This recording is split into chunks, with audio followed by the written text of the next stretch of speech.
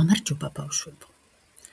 ყველა პატარა ბავშვი ოცნებობს, რომ მალე გაიზარდოს, გახდეს დიდი და ყველამ პატივის სცეს. ჩვენს პატარა გმირსაც ეგონა, რომ დიდობა ძალიან ადვილი იყო.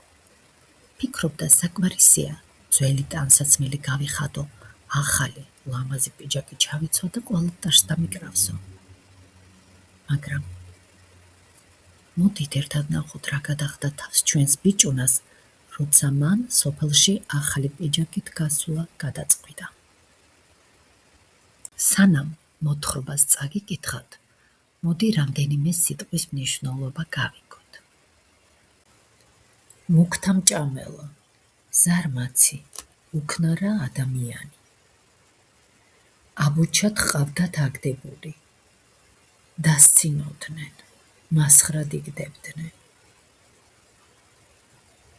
გაისარჯე, საქმე გააკეთე. იშრომე, ხელი გაანძრიე. მოდი ახლა მოვისმინოთ პატარა ბიჭის ამბავი. მუქთამჭამელა იყო ერთი ზარმაცი და მუქთამჭამელა ბიჭი. ყველას აბუჩად ჰყავდა აგდებული.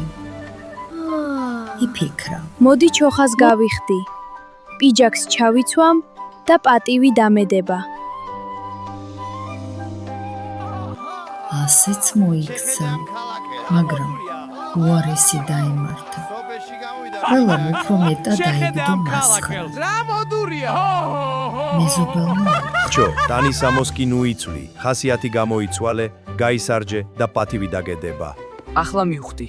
პიჯაკი კი არა, ადამიანს შრომა ალამაზებს. თუ იშრომებ, ხალხიც დაგაფასებს.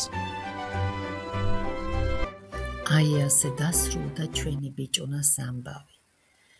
ის მიხვდა, რომ ადამიანს სამოსი კი არა, შრომა ალამაზებს.